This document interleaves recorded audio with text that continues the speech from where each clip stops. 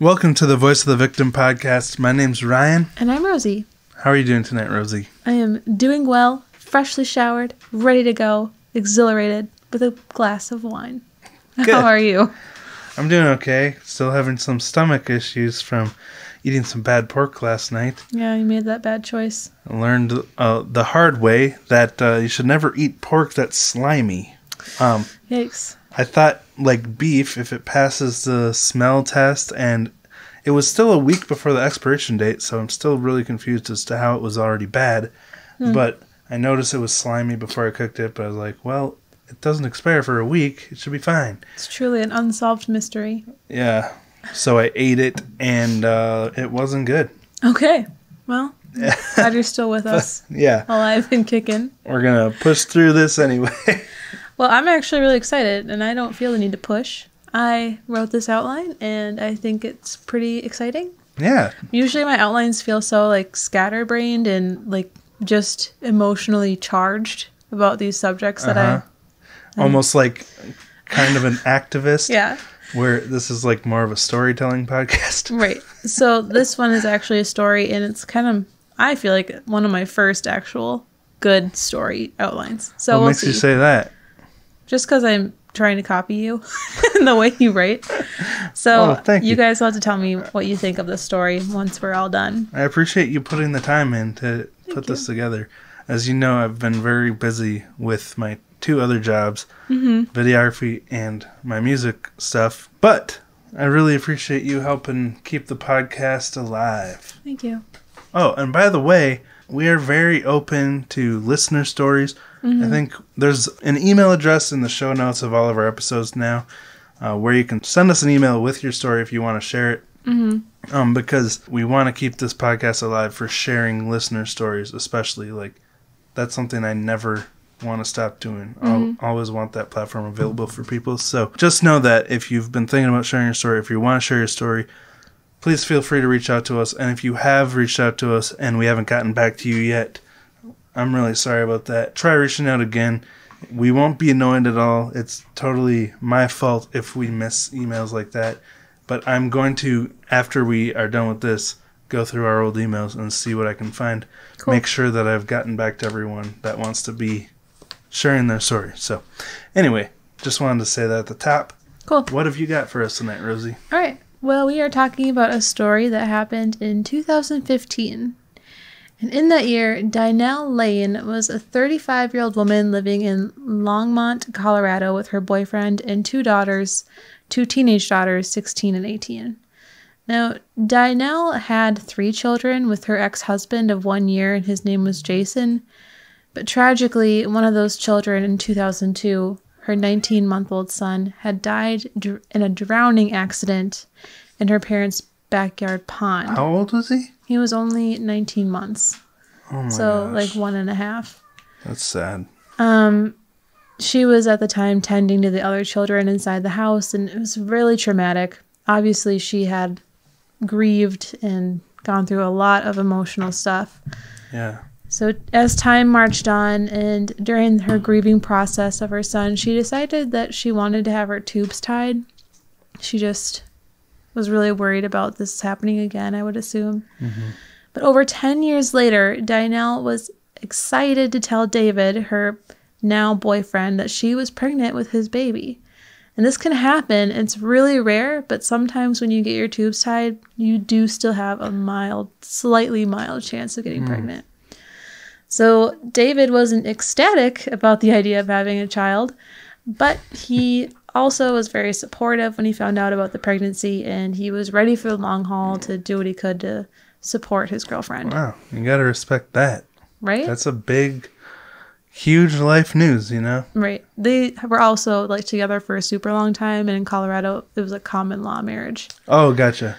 So together, the couple started going through baby name books, and they decided on the name James for their soon-to-be baby boy. Friends and family of the happy couple threw them a safari-themed baby shower, complete with a frosted sheet cake with those little plastic jungle animals. Yeah. Like, everybody was super excited for them.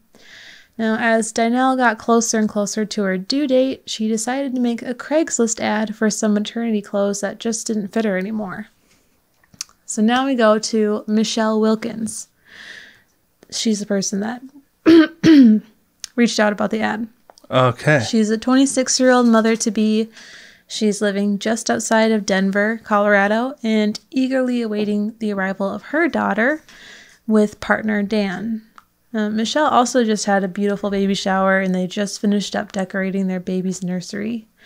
And Michelle stumbled across this ad of free maternity clothes, which was awesome because maternity clothes are pretty expensive and you can only wear them, 9 months. Mm-hmm. She also found out that it was somewhat close by. So in the ad, it said that the woman was bursting, just about to give birth, didn't have a need for these anymore. So it seemed like the perfect fit for Michelle. She texted Dynel and they went back and forth a few times. And then the next day, on March 18th, 2015, at 11:51 a.m., she arrived at Dynel Lane's home to take a look at the clothes. All right. Seems pretty normal so far. Right? Let me take a little sip of my red wine. I will say, I never like giving out my home address on Craigslist. I always want to meet at like Quick Trip or some public place. Mm-hmm. That's the one thing I'm a little leery about. Well, that's probably a good idea. When Michelle arrived, she noticed right away that Dynel did not look like she was about to burst and have a baby. But she shrugged it off because who was she to judge? She just met this person. The two women actually got along really well, and they chatted for about an hour. Michelle thought it was a little strange, but she figured... For a Craigslist meetup? Well, you know how the gals can be. Little hens click-clucking away. Okay. She thought it was strange, though. Like, you just looked. She figured that maybe Dynel was just lonely, and she didn't have any other, like, pregnant friends to talk to about her pregnancy, stuff like that. But she did get pretty personal about like her love life and her job, her problems with the other children, etc. And Michelle just kind of went along with it. Okay. Eventually, because Michelle kept on trying to like move things along, Dynel did show her some clothes and like held them up to her baby bump, and they went through them together, seeing what fit and what didn't fit. And she had a full bag full of maternity clothes. Michelle was starting to gather her things, getting ready to leave, when Dynel remembered that she had some baby girl clothes in the basement that she didn't need because, remember, she's having a baby boy. So they had got these things prematurely before finding out the gender. Okay. Michelle just had a baby shower, and she wasn't in need of any more clothes, but she also didn't want to seem rude and just, like, say no after they had gotten along so well and she had taken all the other free stuff. So they decided to go downstairs. Michelle remembers having kind of a weird pit in her stomach at this time, but because she didn't want to seem rude, she ignored it. Uh-oh.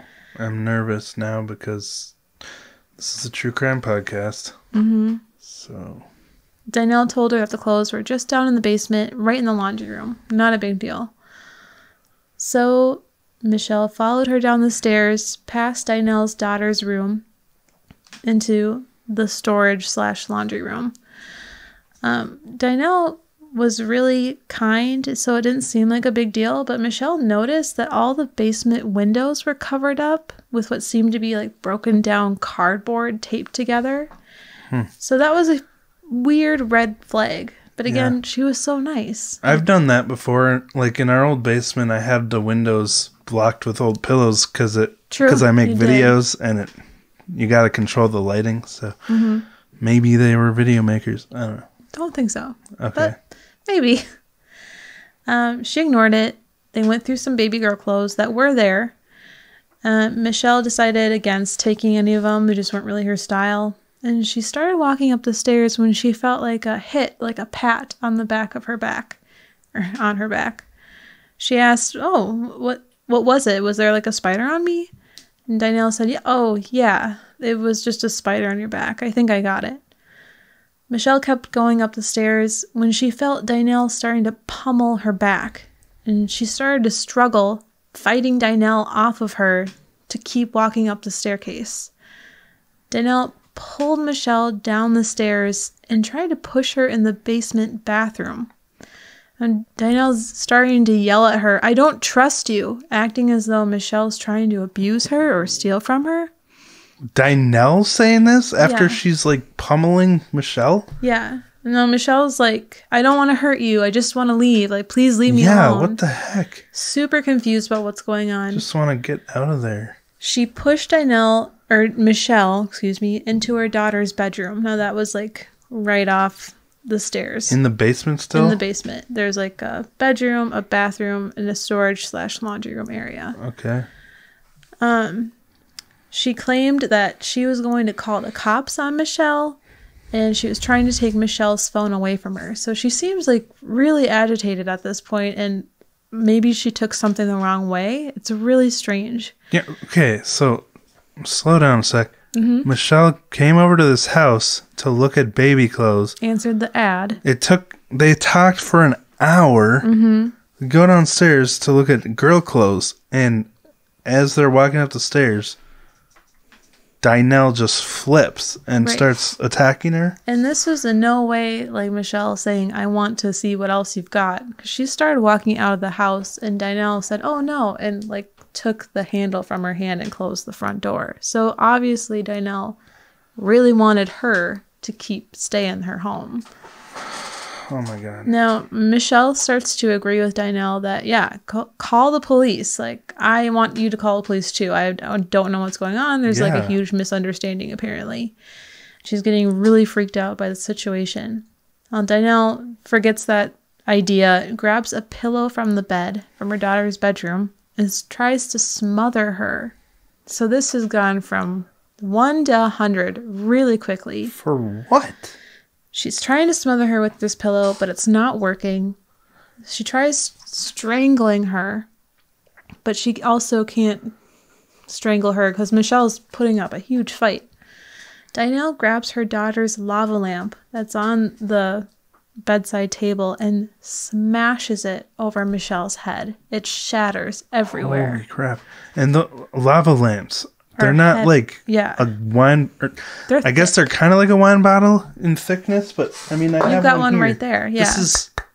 This is really thick glass, and she broke it? Mm-hmm. Like, I don't know how you could even do that. I know. No, still, Michelle wasn't knocked out at this point. When she was dizzy and fighting to stay awake, but she was still conscious. Dynel is now trying to strangle her again, but because of the lava lamp breaking, all that oil and residue... Yeah, it's weird stuff you don't want on your skin. She can't get a grip around her neck because it's so slippery. Dynel takes the broken shards of glass from the lava lamp and stabs Michelle in the neck. And Michelle is still fighting, and she's still awake at this point. And she looks up at Dynel and says, "I don't understand why you're doing this. I love you." Let's pause here, because at first I was really confused. Can you recap that? Who said that? Michelle. She looked up at her after she was stabbed and said, "I don't understand why you're doing this. I love you." Initial thoughts? No. What the heck is going on? Right. So, obviously I paused here because I was like, what? Love? Like, what are we talking about here? It really shocked me. But at first I thought the only reason I can think of is to distract Dynel or to like... Self-preservation? Yeah, just anything to get her off. And Michelle was also asked about this because she told, this story numerous times. So she survived. That's good to know. Oh, oops. Yeah, she does survive. Michelle eventually told interviewers and Dr. Phil, she was also featured on one of his shows, that she has a core belief that humans are motivated by love and that love connects us to all other beings. And so she... Even after living through this? She was still, like, with it enough to still grasp onto her firm beliefs. That these were deeply rooted, that she would be able to pull this up and say it to her, because I don't think I would say that to somebody who just stabbed me in the neck with a lava lamp shard. Yeah, no kidding. Well, that's one thing, just to pause real quick. Yeah. One thing I really appreciate when we're talking to listeners that are sharing their stories is like how some of them have been able to be so, forgiving and loving. Yeah. I don't know how to say it, just like able to move on and make the best of things. Or how about even after living through something so horrible. Like we say, oh, I would never do that in that situation. But they're like, no, I've been in this situation and this is how I felt. You know what I mean? Just to put in perspective and like their understanding and their feelings behind it. You can never really imagine what it's like to be right in this kind of situation unless you're in it. So like we were just talking about, I just think it shows what type of person she is to still believe in this and have felt it so deeply when this woman was literally trying to kill her. Going back to the story, Dynel responded to Michelle, "If you love me, you'll let me do this." Can you imagine the fear that you would have? Like, what are you talking about? And this is when Dynel stabs Michelle again in the neck. And Michelle said she started to realize Dynel was trying to take her baby. What? Dynel got on top of Michelle, pinned her down with her knees, and with all of her force, pushed on Michelle's windpipe with both of her hands. It eventually caused Michelle to pass out. Dynel used 2 different knives to cut out Michelle's baby girl. She had never had any type of medical knowledge or training when it came to surgeries or C-sections, but somehow she did it. She cut Michelle from hip to hip, and Michelle lost half of her blood. It was obviously a gruesome scene. Dynel picked up the baby girl, whose name was Aurora, from Michelle's bleeding belly. She took Aurora upstairs to a different bathroom and put her in the bathtub. She rolled Michelle off of the bed, stripped the sheets, the mattress pad, the pillowcases, and started up a load of laundry. She also stuffed bloody pillows and other evidence in garbage bags and hid them under a crib that was in the storage room. Was Michelle unconscious for this whole thing? She assumed dead. Oh. The 2 knives... Well, yeah, I suppose if you're cut from... hip to hip. Ugh. I should say Dynel was a medical assistant, but had no, wasn't trained in surgeries or things like this. This is really... I know I always say, like, if someone lived through this, we can handle talking about, but... This one's pretty icky. Just since we've not been as frequent as we have been in the past, and I haven't been writing outlines like this every week, like, I've noticed that I've become more sensitive to stuff, hearing about this kind of stuff. Like, yeah, I was desensitized for a while, and now I'm like,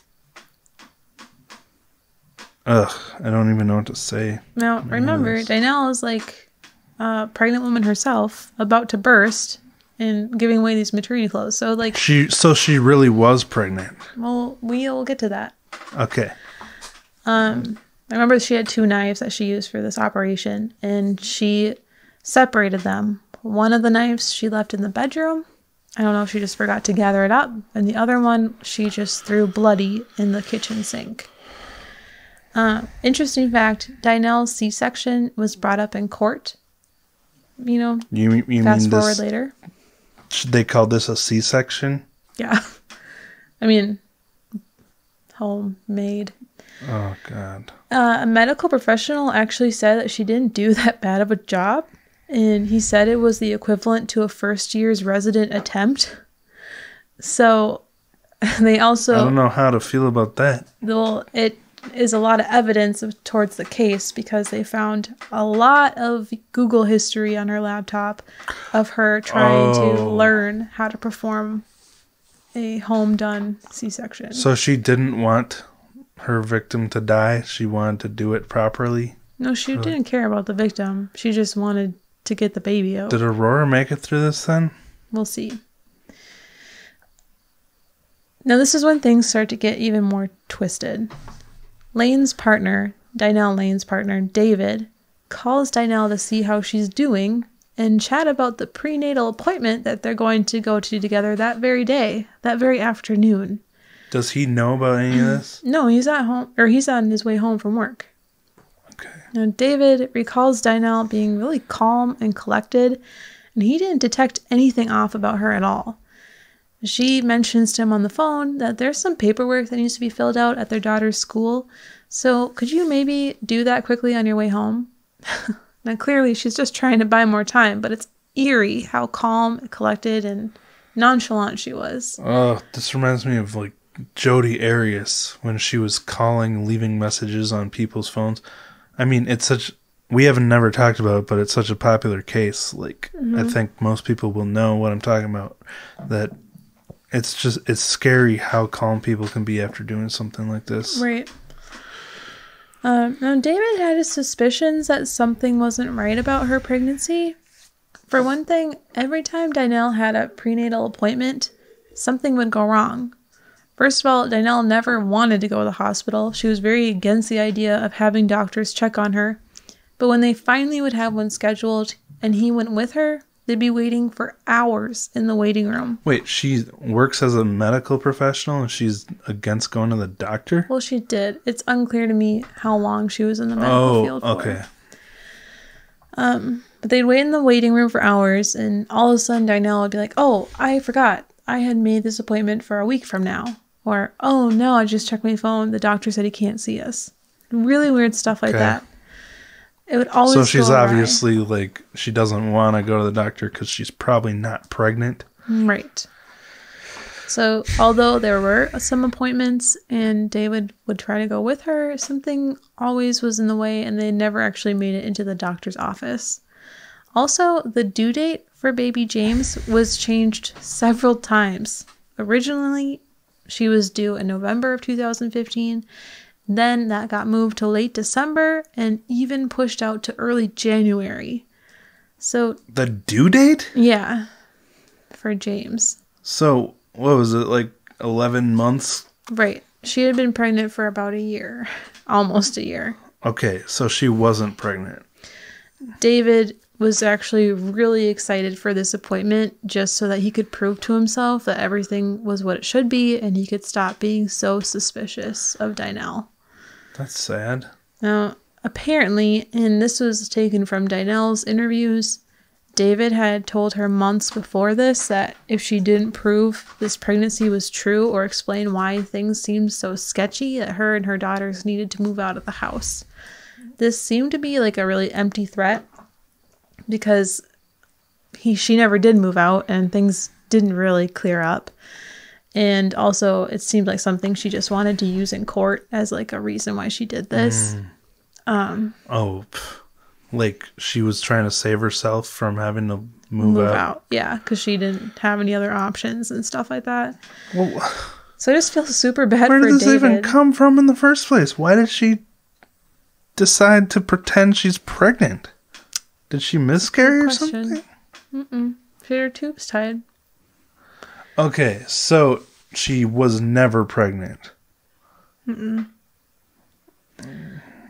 So David is really confused during this time, and he was so in the dark. I can only imagine how weird and convincing she must have been, because like, how do you not see her without clothes on? You know what I mean? There's a lot of things that she must have been really good at hiding. Was she wearing one of those fake things?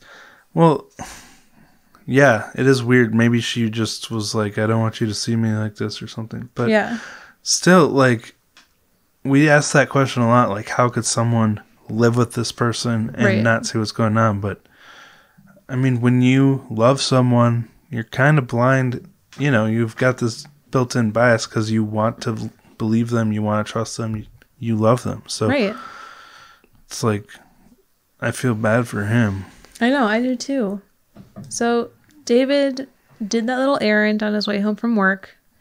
And when he eventually got home, he got into the house to see that Dynel was in the bathroom, covered in blood, claiming to have had a miscarriage in the bathtub.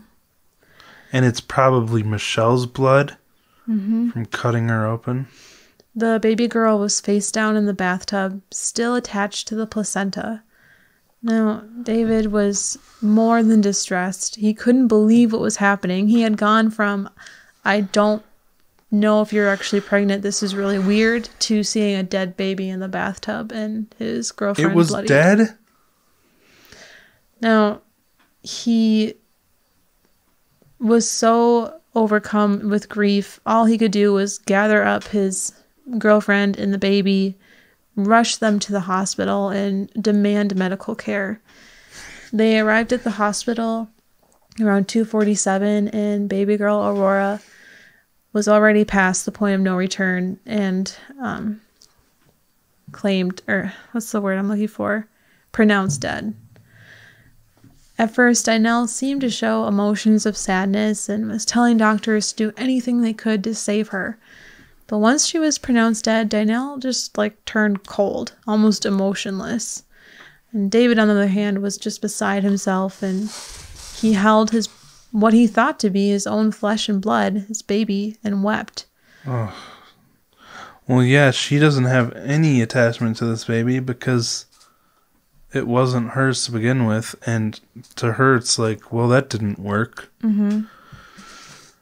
So she basically assumed she committed 2 murders at this point. Like, oh, I'm so sorry. The boys are swarming us. I know. It's okay, I think, if they stay. All right. The medical staff was concerned for Dynel. Obviously, she just had a stillborn in her bathtub, and they wanted to check her out, make sure she was okay, wasn't injured in any way. But Dynel fought it. She insisted that she didn't need any type of medical attention, and she got a little snippy about it. And still, no one knows Michelle's in that basement? Or is she still there? Mm-hmm. Dynel kept saying, no, just take care of him. And it's unclear if she's talking about her husband, or common-law husband, or if she's talking about the baby, because remember, they were having a boy. Oh. So, and it was how did she explain that? She was acting really weird. Finally, doctors managed to convince her that she should at least do an ultrasound, and she did compromise and say yes to that. During the ultrasound, they realized Dynel showed absolutely no signs of being pregnant or having just been pregnant. And this is when the police were notified, because the whole medical crew were like, there is something not right about this situation. Dynel tried to explain to them that what actually happened was a pregnant woman came up to her and started attacking her with a knife out of the blue. And Dynel was trying to defend herself, and somehow in the process, the woman stabbed herself. The woman died, and Dynel was just trying to do the right thing and save the baby.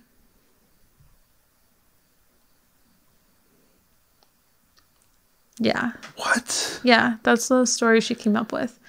It changed a little bit, and then she accidentally choked her and strangled her to death. It's just really out there. Well, yeah, usually when people are lying, their story changes the more they tell it. So just to go over what you already assumed at this point. Dynel had been faking this pregnancy for almost a full year. She purposely put on weight. She bought those faux baby bumps. Oh, so that's probably why it was easier for her to hide it. She put weight on. Well, and bought the bumps, different ones. And she also bought fake ultrasound pictures. She would write posts on Facebook about how her pregnancy was going and lied to all of her family and friends. And Dynel knew she couldn't cover up this lie forever unless she had a baby to show for it. And to her, this was the only way she could get out of it. So let's talk about... So she was willing to kill someone just to prove that she wasn't lying? Yeah. So wow. Let's talk about what happened to Michelle. The last time we heard from her, or heard about her, she was rolled off of the bed in her daughter's basement bedroom in order to strip the bed and try to clean up all the blood. Michelle remembers coming to with a heavy pain in her abdomen. Remember, she was stabbed in the neck a few times. She was sliced from hip to hip. She's lost half of her blood, had a lava lamp smash and shatter against her head. So she's obviously very disoriented. Yeah. But she can tell that her stomach has been cut. She remembers being on the floor and pulling up her maternity pants. You know how those... To explain maternity pants, it's like usually a really thick, elastic compression. Okay. Like panel around the waist and back. Oh, the ones that like go up. Yeah. Okay. So she pulled those up because her pants were pushed down, and she tries to stand up. She can start to feel her intestines ooze outside of her body, and she starts to fall forward.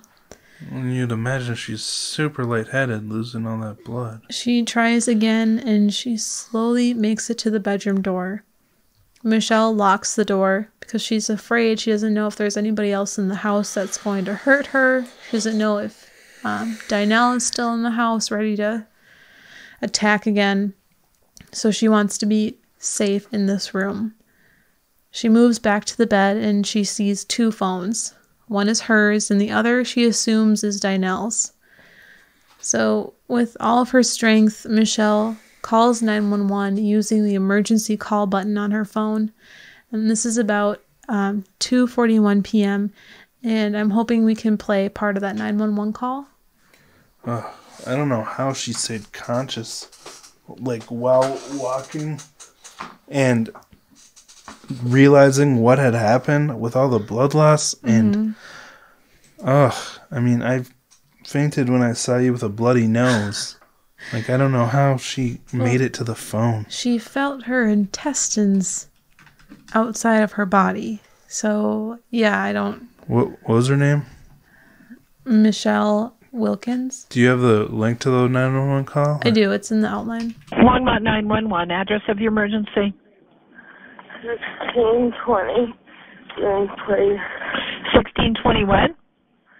Green Place. I can't understand the street. Green Place. Green Place. Green like the color? Yeah. What's the phone number you're calling me from? Okay, tell me what happened. She cut me. Who cut you? Downstairs. I don't know. Okay, hold on. Responded to. Hang on. Hold on.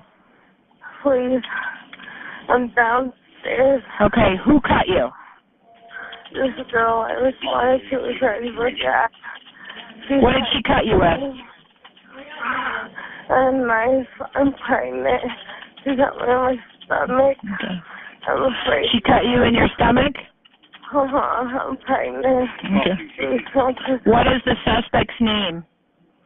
I don't remember. What's your name?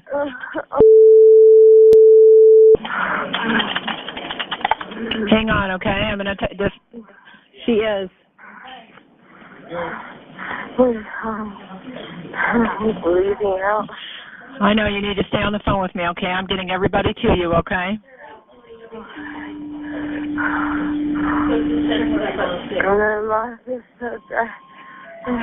bleeding out.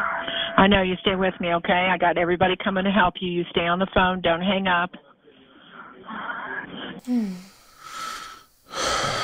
She sounds so weak. Mm-hmm. And, like, I know the dispatcher's just doing her job, but it was like, you know, don't know how long she'll be able to talk. Stop interrupting her. Well, actually, the dispatcher was interviewed and, like, praised for her call because she was just trying to keep Michelle awake and talking. Like, she knew. Like after this? Yeah, after this in court. She knew that if Michelle stopped talking, she'd fall asleep and die. So that's why she kept on flooding her with questions to keep her. Yeah, because this goes on for another 4 minutes. Right. The 911 call was a total of 5 minutes and 45 seconds. And the police were able to get there in 6 minutes. So huge props to how fast the first responders were able to get there. The 911 dispatcher was able to get a lot of information from Michelle, even though she was struggling to remember so much with everything that was going on. But like I said, I was just really impressed with, even though she was curt Like, she has. I mean, she's not going to be like, you poor baby. You know, like. Well, I mean, like, I just meant when, like, she was interrupting her.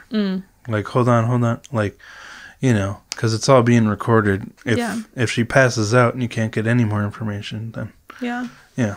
But, again, I have no idea what it's like to be a 911 dispatcher in such high-stress situations literally all day, every day. Isn't the turnover rate for that, like, 2 to 3 years? Like, people probably just burn out so fast. It's one of the most stressful jobs ever on earth. Once Michelle was brought to the hospital, she was immediately brought to surgery. Dan, Michelle's partner, was soon at the hospital in total shock and disbelief at what had happened.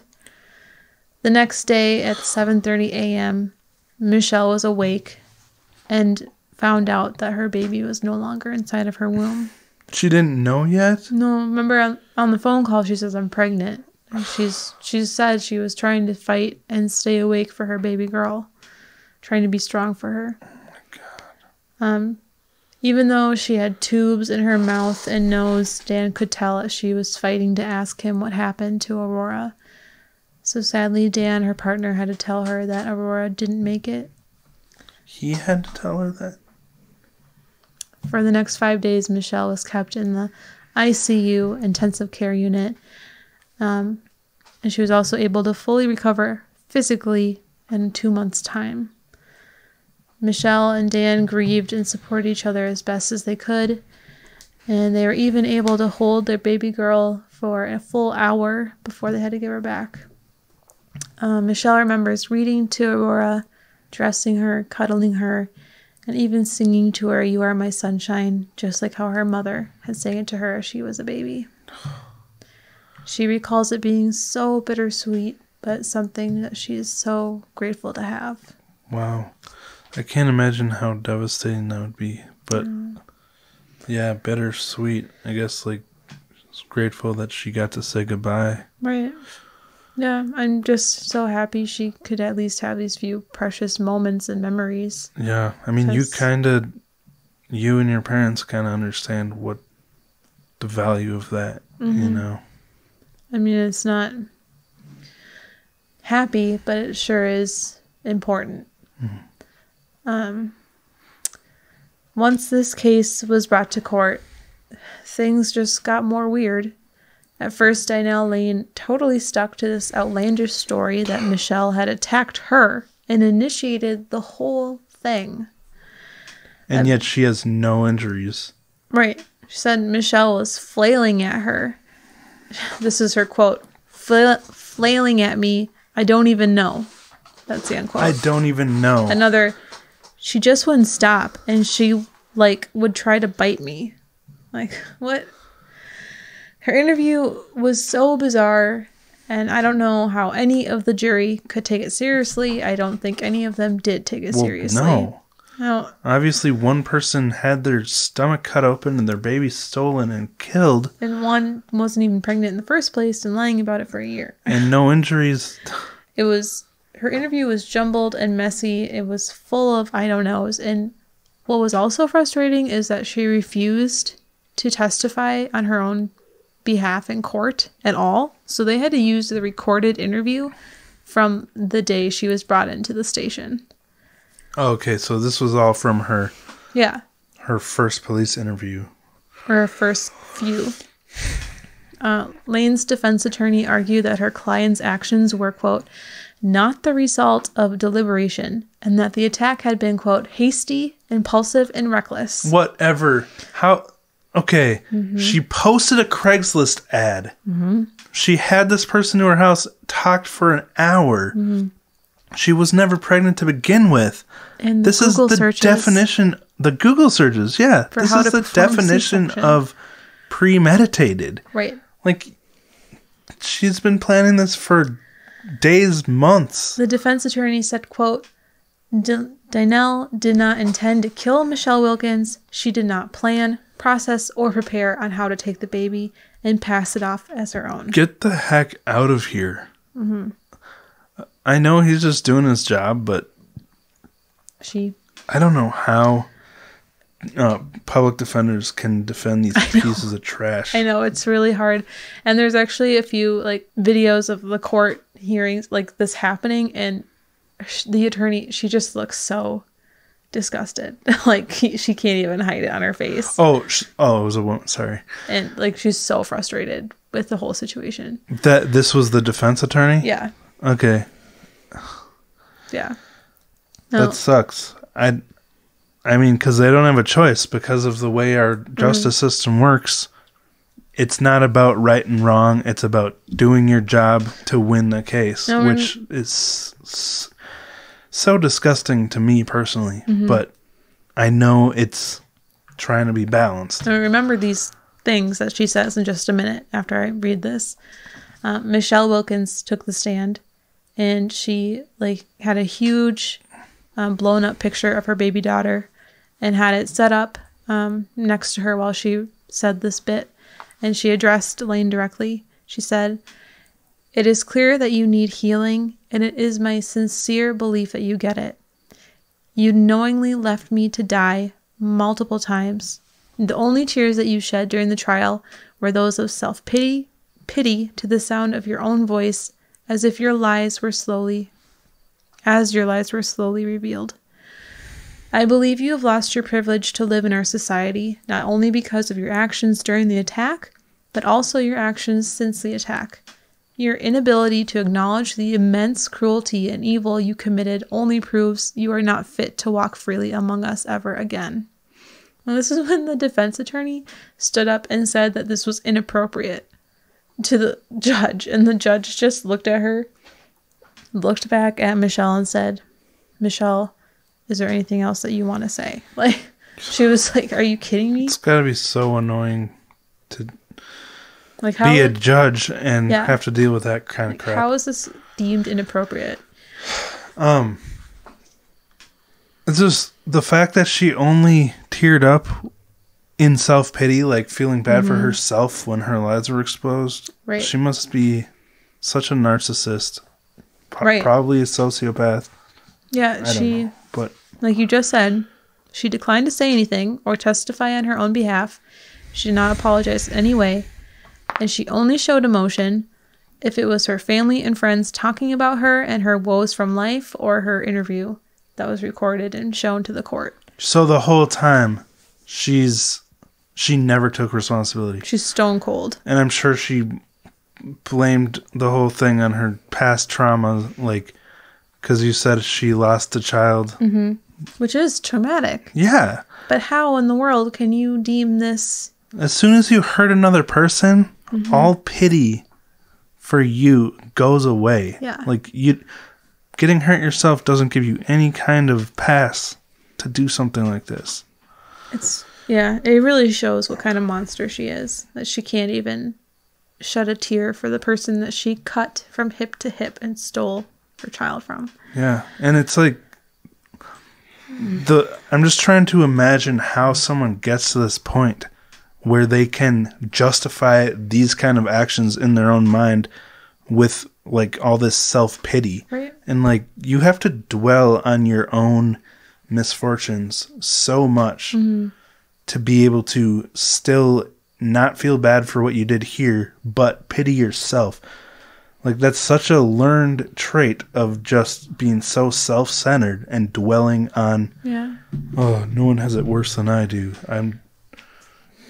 It's a disgusting trait to be so narcissistic.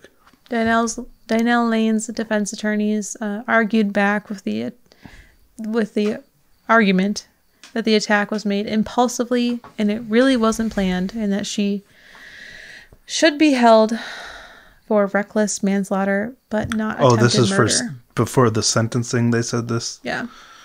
Okay, so what did she get? Well, she got 100 years in prison based on the following. Good. Attempted murder, which was a maximum of 48 years plus 5 years parole. Unlawful termination of pregnancy, which is a maximum of 32 years plus 5 years parole. Now, this is because of Colorado law. Oh, that's right. I think you're telling me about this. The killing of baby Aurora didn't count as a murder, and that makes me really upset because it's like... So she didn't get charged with murder at all? attempted murder and then unlawful. Well, that was for Michelle, though. Yeah. So there was no actual sentencing for murder. And it's like, she did get 100 years, so what's the point? But it's still really, really upsetting to me. Do you know where, like, how many months Michelle was? Did you mention this already? 7. Dude, yeah. so many babies are born premature at 7 months. I know, my brother was. That is a legit human being. Yeah. So I've personally found that really upsetting, but we're going to just keep going. She was charged with first-degree assault, which was 10 years plus 5 years parole, and another first-degree assault charge. That was 10 years plus 5 years parole. So, I mean, yes, I'm very happy that she got 100 years in prison, but still, it's very upsetting that she wasn't charged with murder. It's nice to see that the judge took all of this, like, the weird law loopholes into consideration when making the sentencing, because I think the punishment, 100 years, that's longer than pretty much any lifetime, so she's never getting out. She's never getting out. It's nice that the judge took this into consideration and still sentenced her as if she committed murder. It is strange to me when, like, the perpetrator gets less time when it's attempted murder versus murder, because, like, they're still trying to kill them. Just because they weren't successful doesn't mean like don't try it again. It's the victim who made it. Like, they didn't have any part. Yeah, it wasn't their actions that changed. The victim will survive. The victim just survives. That's the only difference. Whatever. In this case, she still got a ton of time, so it's fine. Yeah. I've always had a problem with that, though, too. Like, charging differently for attempted murder as opposed to murder in general. So obviously, it takes a lot of determination and courage to forgive someone for a lot less. But Michelle made it known to the world that even though she has so much anger towards Dynel, she has forgiven her, and that she had to, as it was part of who she was as a human being. After this terrible, traumatic event, Michelle moved back to her hometown in North Carolina, trying to get back on her feet and put the broken pieces together. About 5 years later after that, she decided it was time to go back to Colorado, saying it was a source of her pain, but also of her healing. And so, was her reproductive system pretty much destroyed after this? No, she was told she could have a baby again. Wow. It would take time, but she would be able to. I don't think she has. I think they would have said that in the Where She Is Now article. Michelle now goes by the name Ellie. So Michelle, Ellie. Oh, yeah. She lives in North Boulder, Colorado, which we've been. Oh, we were just there. She's found a lot of healing in her hobby of cycling. And she's also part of some nonprofit organizations called Natural Highs and Golden Bridge. Wow. She's also in the process of writing her own book, a memoir of what happened to her, where she wants to write about her experience in detail and how she's trying to heal from it. So I think that's so cool that she's trying to make some positive outcomes from this terrible, life-shattering situation. Yeah, that I really appreciate it when people who go through this kind of stuff write a book, because it's therapeutic for them, and they also find a way to help other people with their personal experience. Right. I wonder if we ever saw her when we were in Boulder. We saw so many cyclists when we were there, you know. But so to close out this conversation before we talk about other stuff, I want to end it with a quote from Ellie. She says, "There's multiple things happening in the process of healing. There's the active participation, going to therapy, exercising every day. Then there are other ways that are more receptive, the process happening inside of us that we don't always have control over. The pain and being honest about it as we work to be more present. And that's what I think is the difference between getting caught up in a loop of trauma and being overwhelmed by the trauma. Slowly but surely, it's possible to really find your ground so that you won't be overwhelmed. But all the while, you acknowledge and are being honest with it. It's been a long process, and it's going to be a long process. and I don't ever anticipate a day that I won't grieve my daughter or won't be impacted by my experience. Wow. That it's interesting because that not only applies to herself, but it also applies to everyone. What was her name? Dynel. Like, if she wouldn't have been dwelling on her own self-pity like this, this might have never happened. Wow. Is that it? That's it. Wow, Rosie. You did a really good job with this. Thank you. I think honestly, this was the smoothest recording we've ever done. Like, I don't think I'll have to really edit it that much except Just when a we few were bits. playing the 911 call. Like, you did a really great job of both writing and delivery. Thank you so much. And I feel like this is what we should be doing all the time. Me writing it. Not that I'm trying to get out of the work, but I just think this worked really well. Like, because you're good at reading stuff that you wrote. I do feel, I was so, invested. You know how you are when you write, too. Yeah. So invested in the story. It helped that there was so much information. I think a lot of people were interested in hearing how she is doing now and how she was doing before and all the stuff in the middle. So there was a lot of stuff I could get my hands on. Wow. Well, thank you. You're welcome. Nice job. Thank you. I look forward to more of your outlines. I'm sure you do. And, of course, I will be writing some too. But I think you did a really great job. Thank you. Because when I read an outline I wrote, I always mess up stuff. And when you read an outline that I wrote, it's your first time seeing it. Yeah. So, you don't deliver it as well as when you write it. But this proved that you're much better at reading an outline than I am. Oh, thanks. You have had a lot more practice than me. We're 163 episodes now? Yeah. But anyway, thank you again, Rosie. We hope that you all enjoyed this. And I had something to say that popped into my head while we were recording, but I can't remember it now. P.O. Should have box? written it down. Huh? P.O. box? Nope. Okay. We still don't have a number for that. Oh, that's right. Our P.O. box might be changing. But we have to go into the post office to actually make the change. Because the credit card we had on file, we had it set to auto-renew, but it expired. So we accidentally lost our P.O. box. Oops. So hopefully we'll be able to get it back. Trying to see if we have a new review that we can share quick. Oh, that's a good idea. I think that we do. We've been getting some really nice feedback. Here we go. Here's one. It's entitled New Favorite. It's 5 stars. And it is from 8/13. What month is 8? August. Duh. So dumb. This month. It says, voices are soothing yet not boring. The commentary keeps you engaged, and the stories are many that I've never heard. Thank you for helping me through my commute. Edit. I can't get enough. You guys put the humanity in these stories. I cannot truly cannot express how well you guys tell these stories and how you add your own touches. And the added bonus is that I feel the gentleness between you two and the absolute empathy to the victims of the stories you tell. Bravo, bravo. Sorry, I just had so many stumbles there while I read that. No, that sounded fine. Who's this from? This is from Mitchie Mom 49. Thank you so much. Mitchie Mom. It's so sweet that they came back and made an edit to it. I know. Like that they still like it. So nice. Yeah. We really appreciate it. I have stopped looking at YouTube comments on our episodes. Yeah. Usually mean ones are from our really early episodes, which I'm like, you know what?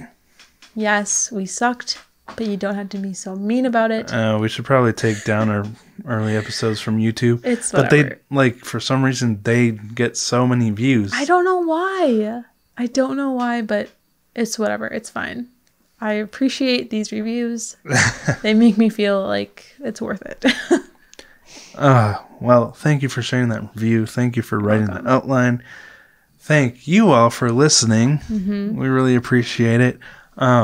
Again, we are on YouTube now, so if you're listening on a podcast app and you do use YouTube, go give us a sub over there. Check out the channel.